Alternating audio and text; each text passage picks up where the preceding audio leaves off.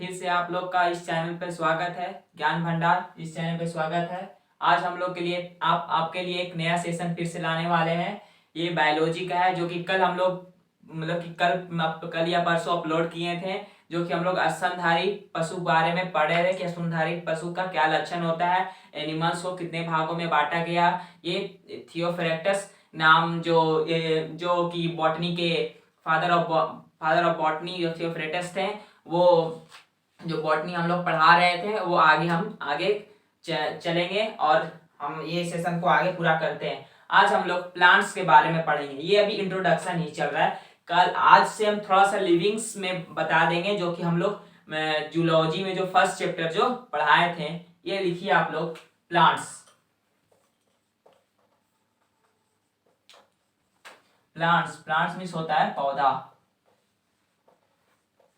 हम लोग प्लांट्स को भारतीय रूप में, भारत की नजर से प्लांट्स को 3 भागों में बांटा गया और थियोफ्रैक्टस के नाम जो थियोफ्रैक्टस जो थे, जो कि फादर ऑफ बॉटनी के नाम से जाने जाते हैं, वो 4 भागों में बांटते हैं।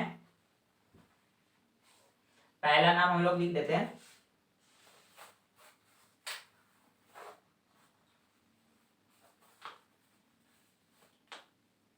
पहला नाम हर्ब्स।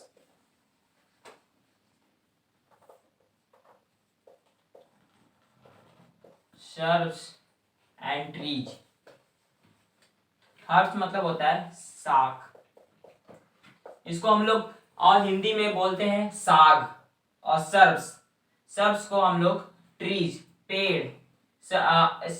इसको सर्ब्स को हिंदी में बोलते हैं झाड़ी और ट्रीज को हिंदी में हम लोग बोलते हैं पेड़। ये तो हम लोग इंडिया मतलब ये तो हम लोग पढ़ते हैं, लेकिन जो थियोफ्रैक्टस जो हैं, जो कि फादर ऑफ बॉटनी के नाम से जाने जाते हैं, वो ये हम लोग को 4 भाग में बताते हैं। कैसे, देखिए।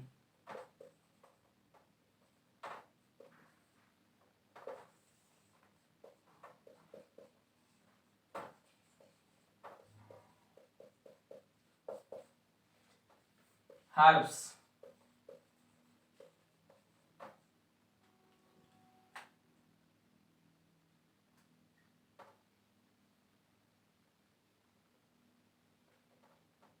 सर्ब्स,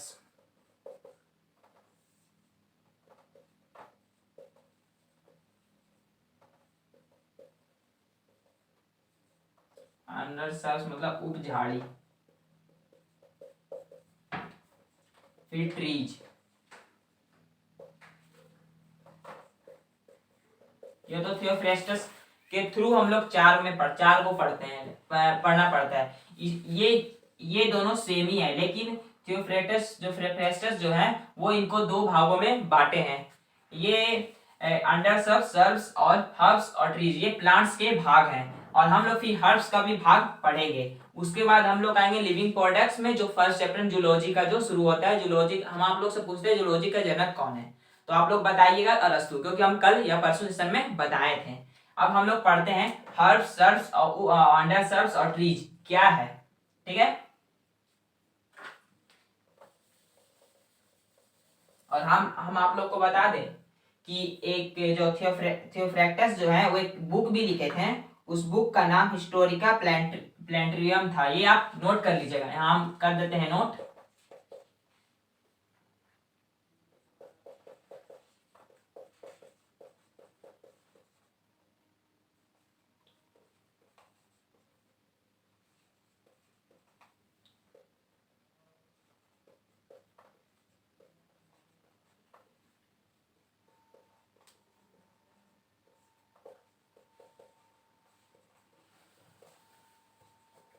हिस्टोरिका प्लांटेरियम जो थियोफ्रैक्टस ने लिखा था। ठीक है। ये बॉटनी का एक बुक है, जिसमें हम लोग प्लांट्स, सब के बारे में, प्लांट्स, रूट, ये सब हम लोग पढ़ेंगे। अभी हम लोग हर्ब्स पढ़ रहे हैं। और हर्ब्स और सर्ब्स और अंडर सर्ब्स और ट्रीज, हम आपको बता देते हैं कि हर्ब्स किसको कहते हैं।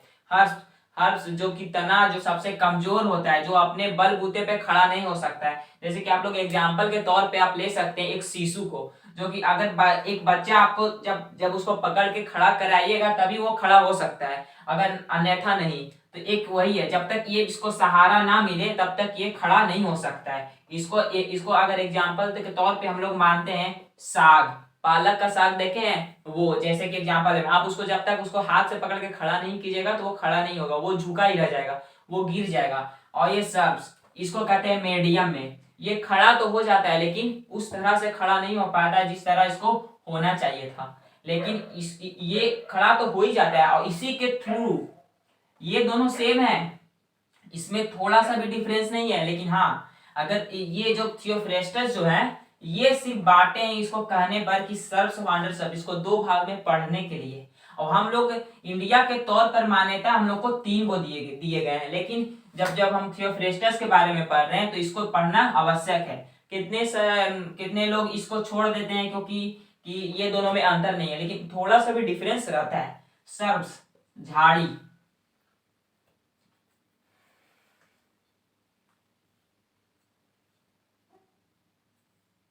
इस झाड़ी, झाड़ी मतलब क्या, जैसे कि मेहंदी हो गया, अनार हो गया, एक तरह का झाड़ी, मतलब चारों तरफ से फूल वृक्ष पत्ता चारों तरफ से, और एक हो जाता है पेड़ हम लोग का जो सीधा डायरेक्ट रहता है, तो ये आ जाएगा हम लोग को ट्री में। ये जो सर्ब्स है इससे हम लोग इमारतों के काम में नहीं लगा सकते, जैसे कि फर्नीचर के काम में ये नहीं आएगा।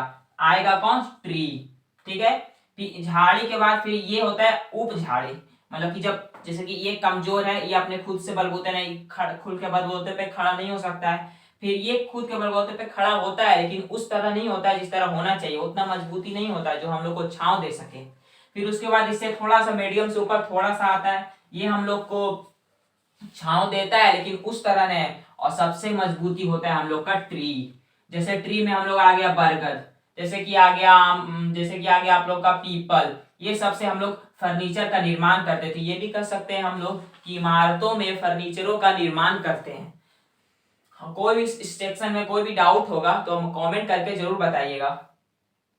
हर्ब्स साग, सर्ब्स झाड़ी, और अंडर सर्ब्स उपझाड़ी, और ट्रीज पेड़, इसमें से कोई अंतर, इसमें से आप लोगों को कोई डिफरेंस नहीं लग रहा होगा। हम सब का एग्जांपल देते हुए जा रहे हैं। इसका एग्जांपल हम लोग ले लेते हैं पालक, और इसका एग्जांपल हम लोग ले लेते हैं अनार,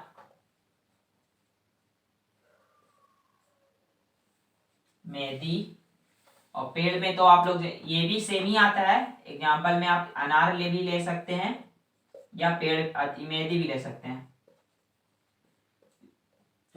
और ट्रीज में तो आपको पता है जिसमें मजबूती हो, जैसे कि बरगद, ये सब पीपल, ये सब मजबूती हो, इससे हम लोग फर्नीचर का निर्माण करते हैं जो घर के काम में लाए जाते हैं। बेड हो गया, पलंग हो गया, और अनेकों तरह के फर्नीचर में जो काम आते हैं पेड़ में, वो हम लोग ट्रीज में जाते हैं, एक तरह का छांव देते हैं। ये सब कमजोर, अगर आपको एग्जाम्पल मतलब कि थोड़ा सा और डिफिकल्टी लग रहा है आपको समझने में तो हम आसान शुरू में समझ सकते हैं। जब बच्चा जन्म लेता है तो पहले क्या वो दौड़ने लगता है? नहीं।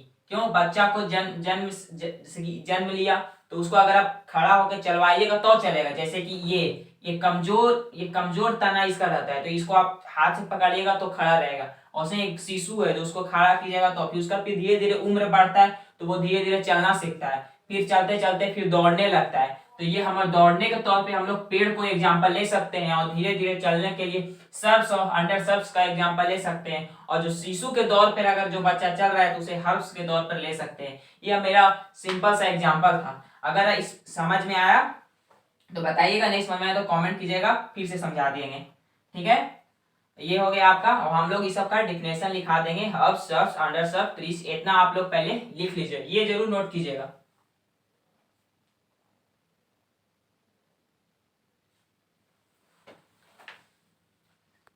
चलिए, आपने तो ये इतना लिख लिया होगा। चलिए हम इसको मिटाते हैं। लिख लीजिए पहले, अगर नहीं भी लिख लोगे तो लिख लीजिए। कोई भी डाउट होगा तो कमेंट सेक्शन में जरूर कमेंट कीजिएगा। अगर कोई सिलेबस आपको पढ़ना होगा तो कमेंट में कीजिएगा, जो कि हम आपको कोशिश करेंगे कि वो सिलेबस हम पढ़ा दें। ठीक है, ये हम यहाँ मिटाते हैं। हम आपको हर्ब्स, सर्ब्स और ट्रीज और अंडर सर्ब्स का डिफिनेशन दे देते हैं। ओके, चलिए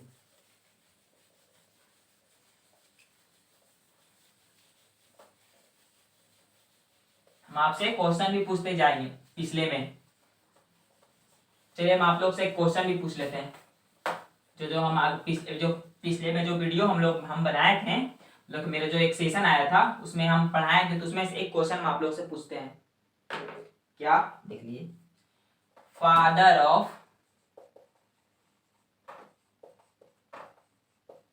बायोलॉजी किसे कहते हैं? अरस्तु।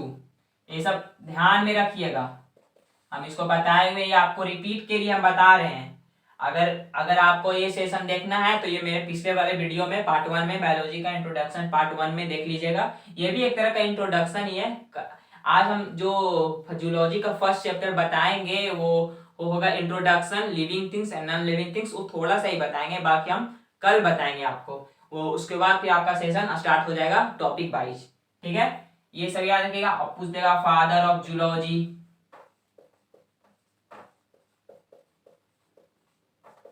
ये भी अरस्तु हैं। और बायोलॉजी को दो भागों में हम लोग पढ़ते हैं, जूलॉजी और बॉटनी। जूलॉजी की हिंदी कहते हैं जंतु विज्ञान, और बॉटनी को हिंदी में वनस्पति शास्त्र कहते हैं या पादप विज्ञान भी कहते हैं। ठीक है, इतना तो आप लोग को क्लियर कर दिए थे अगले पिछले वीडियो में। और ये भी बताए थे कि हम रिपीट कर रहे हैं, आप लोग अगर वो सेशन, ये सेशन देख लेंगे या वो भी सेशन देख लेंगे तो आपका काम हो जाएगा। ठीक है, आपका बायोलॉजी बहुत अच्छा से क्लियर होगा, आप टेंशन ना लीजिएगा। जो भी एग्जाम का तैयारी कर रहे होंगे आराम से आपका क्लियर होने का चांसेस बहुत ज्यादा रहेगा। और हम आप लोग को बताए थे कि अरस्तु ने एक बुक लिखा था, हिस्टोरिका दी एनिमियम। ये एक बुक लिखा था अरस्तु ने जूलॉजी पर। ये हम बताए थे क्यों लिखे थे, उनको कुछ और बनना था, और ये वे एक डॉक्टर डी का बुक लिख दिए थे। वो 500 से प्लस जंतुओं पर रिसर्च किए थे, जिससे कि जूलॉजी बुक का निर्माण किए थे। ये सब भी हम आपको बताए थे। और वो एनिमल को दो भागों में बांटे थे, एनेमा और एनिमा। इनेमा में बोले थे हम आपको, जिसमें लाल रक्त मौजूद है उसे इनेमा में, जिसमें लाल रक्त मौजूद ना हो उसे एनेमा में कहते हैं।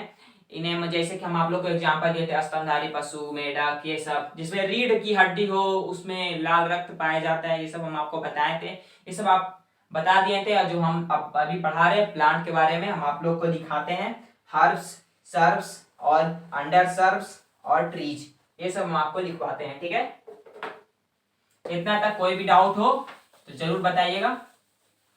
आइए हम लोग लिखते हैं हर्ब्स का डिफिनेशन।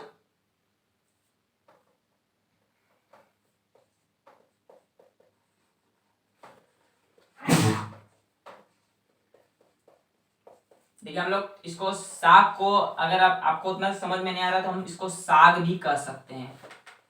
ठीक है, ये पालक हो गया, ये सब कमजोर तना है। ठीक है, आपको जब डिफिनेशन लिखाएंगे ना तो आपको अच्छा से समझ में आ जाएगा कि हम इसको कमजोर तना क्यों कहते हैं। आप इसका कोई भी डाउट हो तो आप क्लियर करवा सकते हैं मैसेज करके। देखिए, इसके तने सबको नोट करते जाएगा, बहुत कमजोर होते हैं, जो स्वयं खड़े नहीं हो पाते हैं, इसे सहारा की आवश्यकता, सब लिखते जाइएगा, होती है। सबको दिख रहा है ना? ठीक है, क्या बोले, ये इसके तने बहुत कमजोर होते हैं जो स्वयं खड़े नहीं हो पाते हैं, इससे सहारे की आवश्यकता होती है। मतलब इसका तना बहुत कमजोर होता है। हम एग्जांपल आपको दिए, एग्जांपल इसलिए दिया जाता है क्योंकि आप बच्चा लोग समझ सके, आप लोग भी समझ गए होंगे, आप नोट करते जाएगा। इसके अगले में एग्जांपल में इसका जरूर देंगे। ठीक है, इनके तने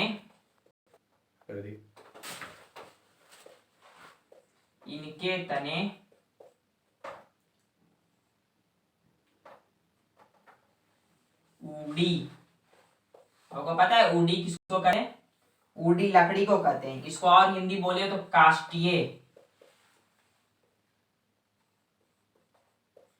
इसको लकड़ी कहते हैं। इनके तने लकड़ी नहीं होते हैं।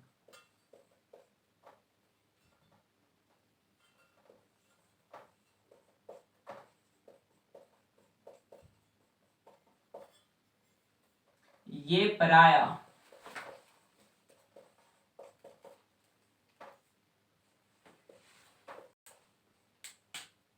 मोनोनियस के बारे में बताते हैं, पहले लिख लीजिए, होते हैं।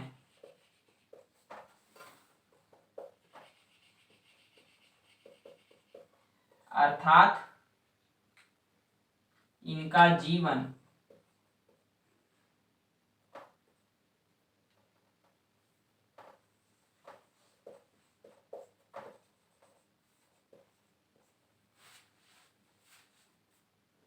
जीवन चक्र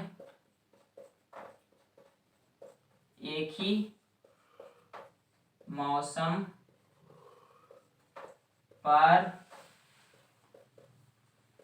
आधारित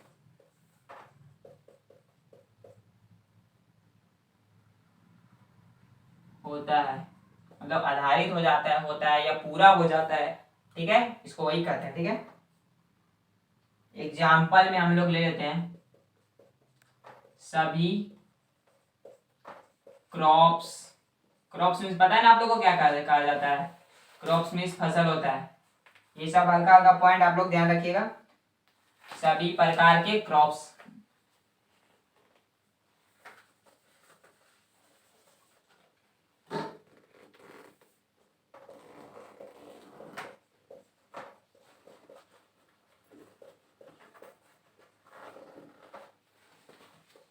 धान हो गया, गेहूं,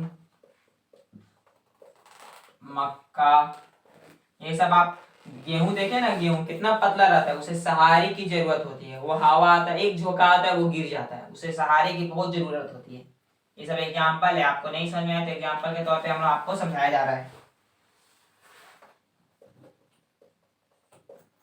सभी प्रकार की जड़ी बूटियां, पुदीना, घास इत्यादि। देखिए मोनिनियल्स मतलब क्या होता है पता है? यहाँ लिखा हुआ, अर्थात इनका जीवन चक्र एक ही मौसम पर आधारित होता है, इसे मोनिनियल्स कहते हैं। मोनिनियल्स इसी को कहते हैं।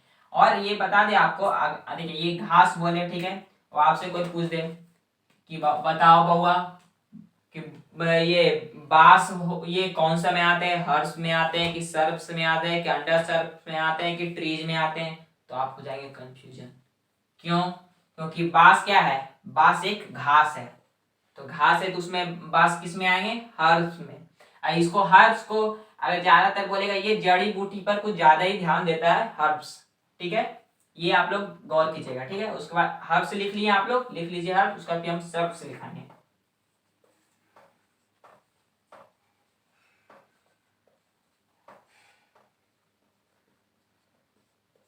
सर्ब्स मतलब होता है झाड़ी। आप तो नाम सुने होंगे इस हिंदी वर्ड का, झाड़ी। ये तो आम बात है कि इसका नाम इंग्लिश में नहीं सुने होंगे तो कोई दिक्कत नहीं, लेकिन हिंदी में तो आप लोग सुने होंगे। इसका भी नहीं सुने होंगे तो इसका तो पक्का है कि आप इसका सुने होंगे, और ट्री का भी सुने हैं कि पेड़ होता है, सब तो जानते होंगे। और झाड़ी तो आम बात है कि हर एक गांव में यूज ये वर्ड होता है। ठीक है, इतना आप लोग लिख लीजिए। सब तने का आकार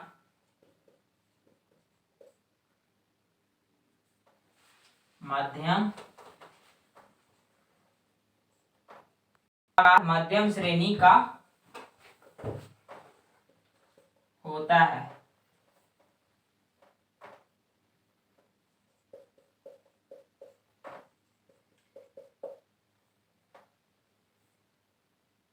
जो कमजोर तो होते हैं,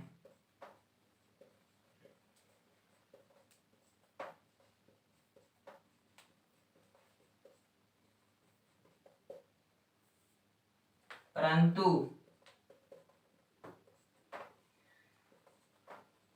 बिना सहारे के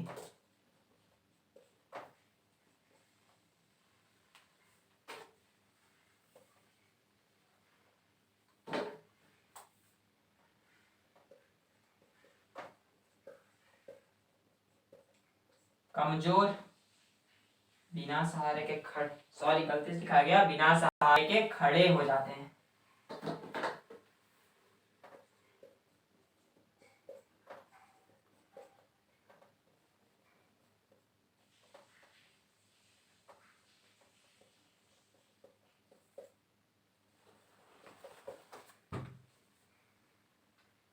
इनका उपयोग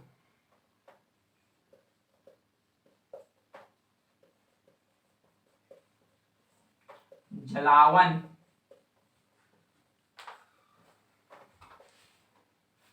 में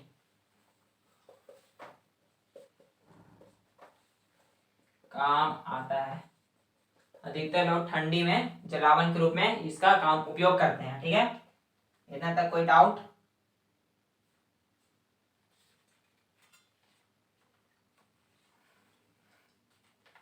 ठीक है, क्या लिखा हुआ? तने का आकार माध्यम श्रेणी का होता है, जो कमजोर तो होते हैं परंतु बिना सहारे के खड़े हो जाते हैं। इनका उपयोग जलावन में काम आता है। ये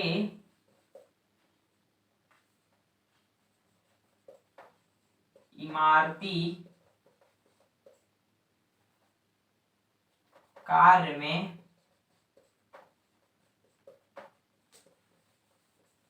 काम नहीं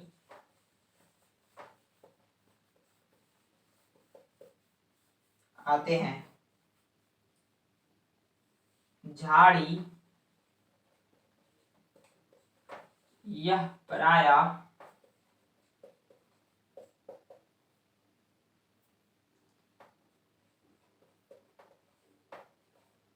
बैनियल या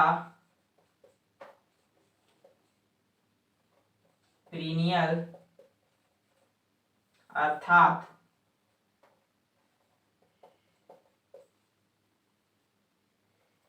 अर्धवार्षिक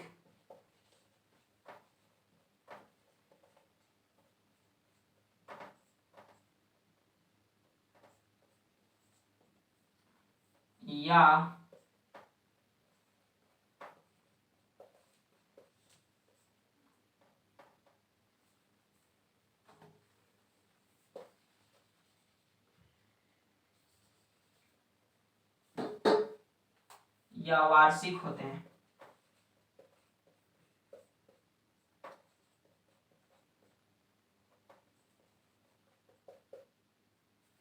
जैसे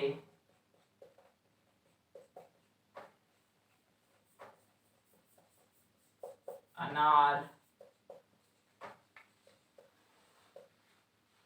गुड़हल, मेहंदी। अर्धवार्षिक मतलब या वार्षिक होते हैं। बैनुअल का हिंदी होता है अर्धवार्षिक और पेरेनियल का हिंदी होता है वार्षिक। ये दोनों का हिंदी है, अर्धवार्षिक और वार्षिक। वार्षिक मतलब होता है कि एक बार उपजता है अनार। अर्धवार्षिक मतलब आधा दिन पे, एक साल में। ठीक है, इतना तक लिख लीजिए, फिर मिटाएंगे, फिर लिखवाएंगे आपको ट्रीज। उसके बाद फिर नोट करके लिखाएंगे आप लोग को अंडर हर्ब्स।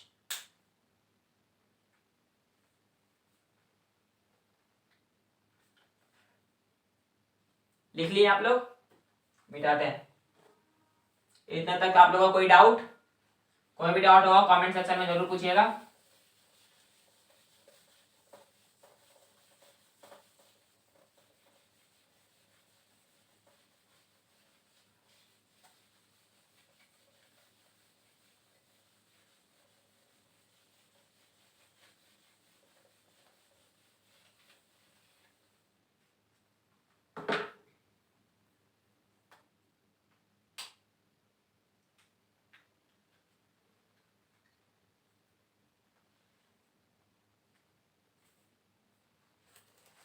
अब हम लोग देते हैं ट्रीज। ट्रीज के बारे में तो सबको जानते होंगे। ट्री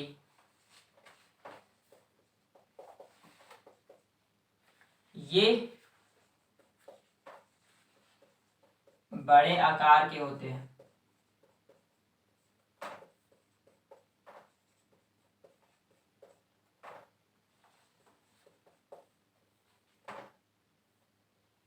इसके तने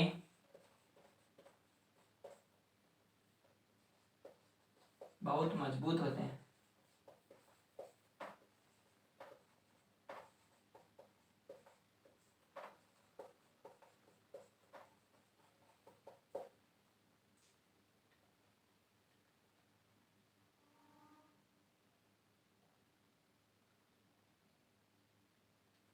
इनके तने से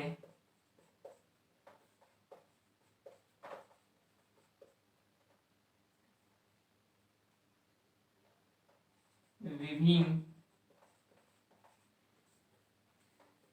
शाखाएं और उपशाखाएं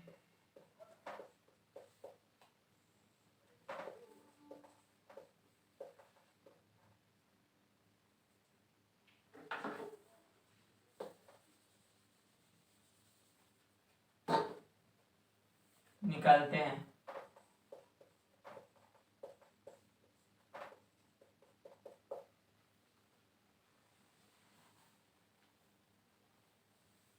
ये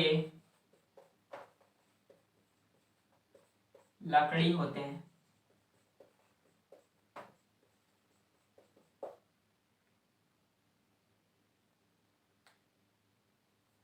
जिनका उपयोग उद्योग और इमारतों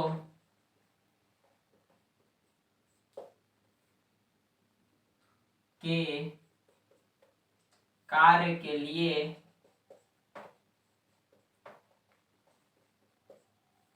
उपयोग में लाया जाता है।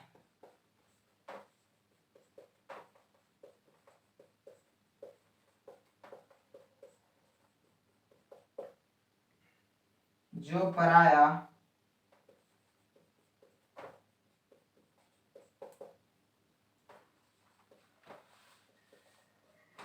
वार्षिक या बहुवार्षिक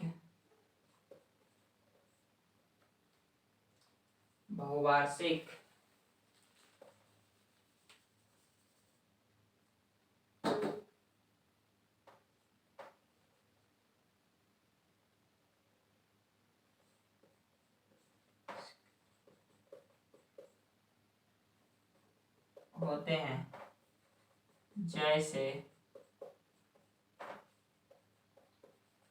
आम, कटहल, जामुन इत्यादि। यहां तक आप लोगों को कोई डाउट? ये बड़े आकार ये बड़े आकार के होते हैं। इसके तने बहुत मजबूत होते हैं।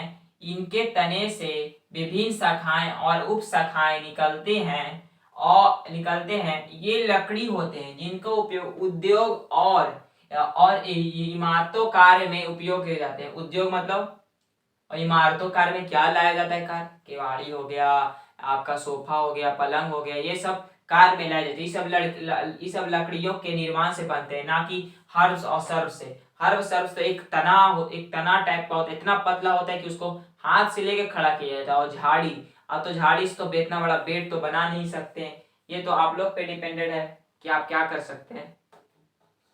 लेकिन हर्ष और सर्प से ये दाढ़ी उड़ी नहीं बनता है। ठीक है,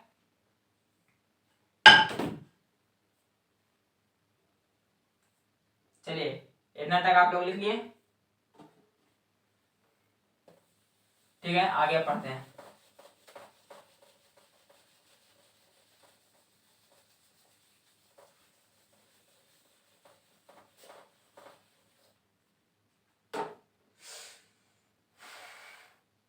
यहाँ नोट करके लिखिए।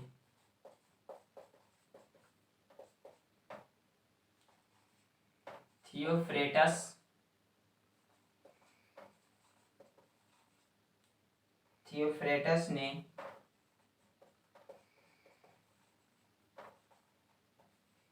हर्ब्स एंड सर्ब्स को हर्ब सर्ब्स के बाद अंडर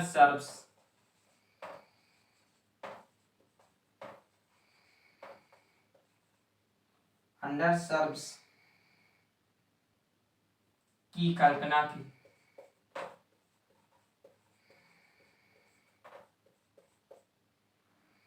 जिन्होंने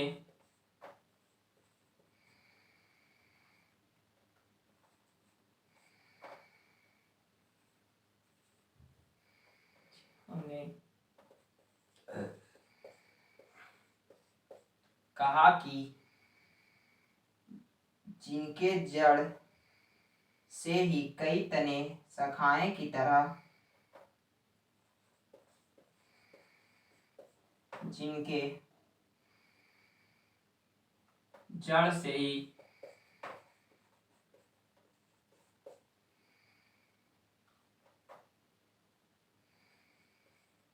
कई तने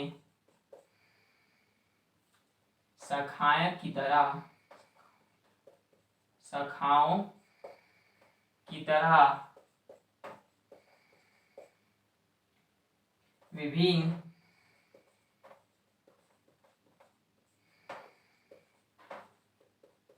उपशाखाओं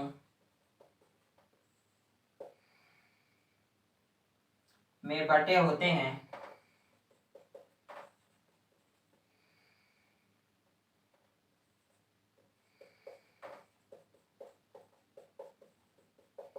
उसे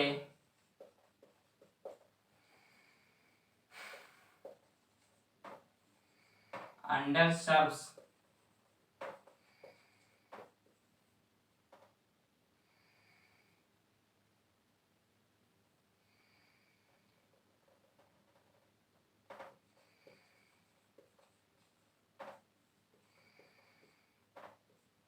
कहते हैं। जैसे सर्ब्स का एग्जांपल ले लीजिए, अनार, मेहंदी, लीची इत्यादि। यहाँ तक आप लोगों को कोई डाउट? उससे आप लोगों को कोई डाउट नहीं रहना चाहिए।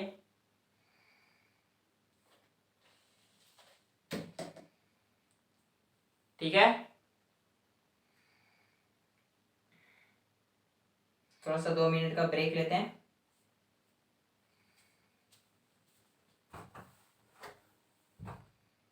ब्रेक्स खत्म हो गया। ये थोड़ा सा और हम लोग जान लें प्लांट्स के बारे में। तो कल हम लोग लिविंग प्रोडक्ट्स चलाएंगे, लिविंग और थिंग्स और नॉन लिविंग थिंग्स सब पढ़ाएंगे। प्लांट और हर्ब्स को हम लोग, शाक को हम लोग 3 भागों में बांटते हैं। पहला रनर्स, दूसरा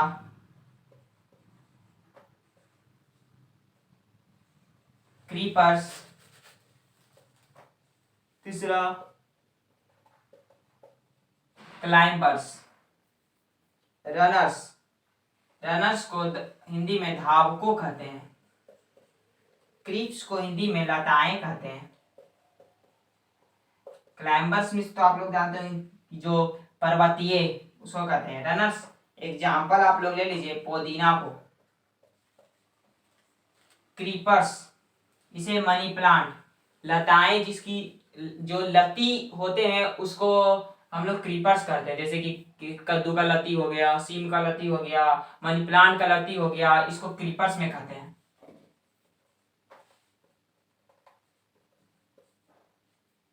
और क्लाइंबर्स में आ जाएंगे कद्दू, जो तेजी से बढ़े। ठीक है, आज भर के लिए सेशन इतना ही। अब मिलेंगे नेक्स्ट क्लास में। और थैंक यू। आप लोग ये सेशन को लाइक और शेयर सब्सक्राइब जरूर करें। और आगे वीडियो देखने के लिए शेयर सब्सक्राइब जरूर करें। और आगे कल वीडियो आएगा।